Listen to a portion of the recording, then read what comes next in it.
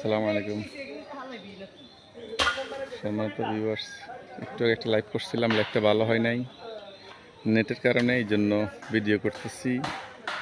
যেহেতু আপনাদেরকে আমার আজকের কর্মযজ্ঞগুলো দেখাইতেছি, সেক্ষেত্রে এখন ভিডিও করতে বাধ্য হয়েছি, যেহেতু লাইভটা নেটের কারণে ডিস্টার্ব ছিল।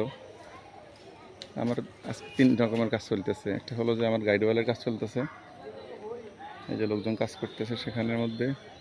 এদিকে এদিকে মাটির কাজ চলতেছে, আমাদের মাটি কাটা হইতেছে। যেহেতু পুকুর শেষ হয়েছে 25 বছর পরে, এখন প্রচুর মাটি জমা হয়েছে, মাটির কাজ চলতেছে।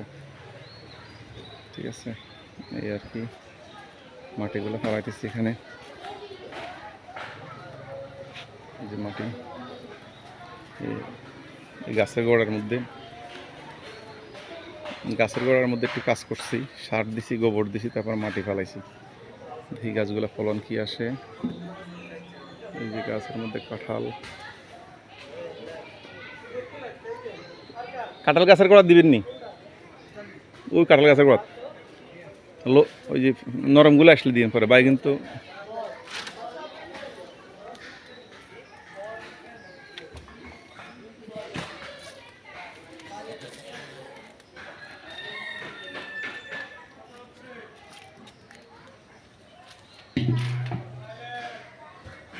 সব মাটি গাছের গোড়ায় গোড়ায়। যেহেতু সুপারি গাছের পরিচর্যা অনেকদিন হয় নাই, এই জন্য সুপারি গাছের গোড়া এগুলো।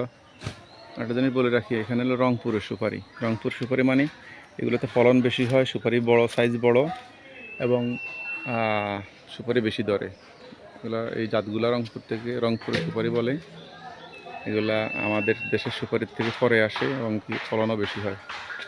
এই জন্য গাছগুলা রংপুরের সুপারি লাগানো হচ্ছে। গাছের গোড়ায় এখন আজকে সার দেওয়া হয়েছে, গোবর দেওয়া হয়েছে, তারপরে মাটি দেওয়া হয়েছে। দেখি ফলন কেমন হয়। এই জন্য আমরা গাছের গোড়ার মধ্যে মাটি দেওয়া হয়েছে, সার দেওয়া হয়েছে।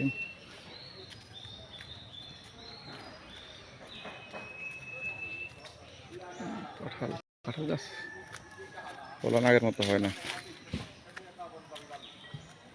মাটি কাটা হইতেছে।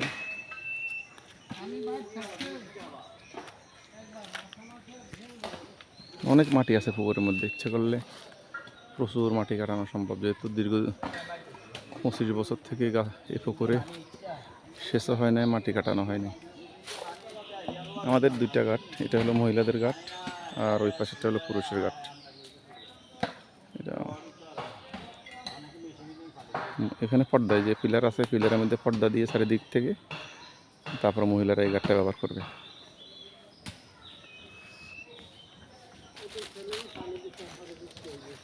এটা হলো পরিত্যক্ত টয়লেট, প্রস্রাবখানা।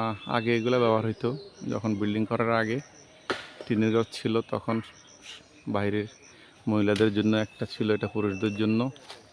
এখন আর এগুলো ব্যবহার হয় না, কেউ ব্যবহার করতে চায়ও না, এই জন্য পরিত্যক্ত হয়ে গেছে, জঙ্গল টঙ্গল হয়ে আছে, এবং সবার ঘরের মধ্যেই ওয়াশরুম আছে।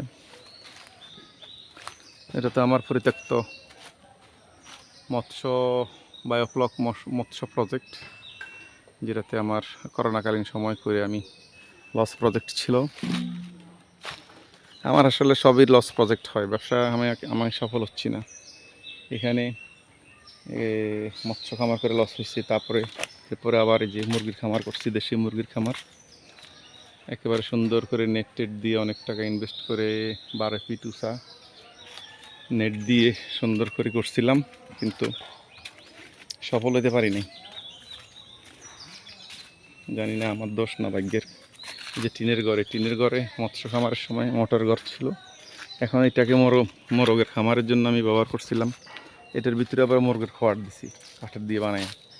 এই যে সুন্দর পরিবেশ, বাতাস আপ ডাউন করার ব্যবস্থা আছে। এই যে ভিতরে কাঠ দিয়ে খড় বানাইছিলাম, তো অনেক সুন্দর করেই করছিলাম আমি, কিন্তু আসলে ভালো করতে পারি না আর কি। কালকে রাত্রে একটা ডাকাতির ঘটনা ঘটছে আমাদের এলাকাতে, সেটা আমি একটা ভিডিও ছাড়ছিলাম সকালে ভোরে। এই যে পুকুর, আমার এই পুকুরের ওই পাটটা ওই যে টিন দেখা যাচ্ছে, টিনের মানে বেড়ার ভিতরে ওই ঘরটা টিনের ঘর। একটু জুম করে দেখাই। এই টিনের ঘরে কালকে রাতের ডাকাতি হয়েছে। 2টা থেকে 3টা পর্যন্ত 6 জন ডাকাত এখানে ডাকাতি করছে। নগদ টাকা, স্বর্ণালংকার, মোবাইল সহ জিনিসপত্র নিয়ে গেছে। এটা এটা তো এই যে আমাদের জানেনই আপনারা সুপারির বাগান। সুপারির বাগানের ভিউটা সুন্দর আসে অনেক। এই যে দেশি মুরগির খামারটা আমি ভালোই করছিলাম, কিন্তু এই দেখেন কত বড় বাউন্ডারি নিয়ে সুন্দর করে করছিলাম, দেশি মুরগির খামার হয় নাই। আরও 2জন লোক কাজ করতে আজকে আমার এই যে লাকড়ি ঘরটা মেরামত করতেছে আর কি।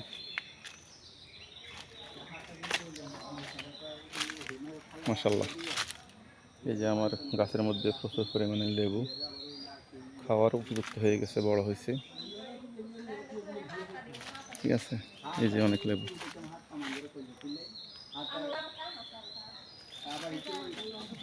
লেবু ধরছে তো এটার অনেক, এই যে কিছু কাজ ছিল, 2জন লোক কাজ করতেছে, মেরামত করতেছে এটার লাকড়ি ঘর।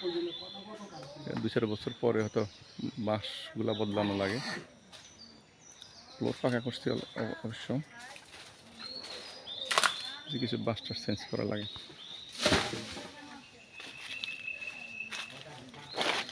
যে লেবু,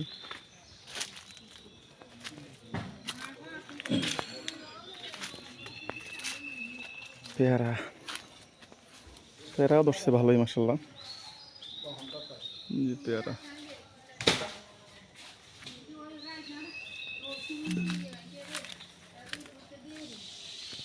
এটা হলো বিল্ডিংয়ের আমার পিছনের অংশ। আমি পিছন দিয়ে ঘুরে আসছি। এটা পিছনের দরজা, এটা হলো রান্নাঘর, আর ছিল আর কি লাকড়ি ঘর। এটা আমার চলতেছে।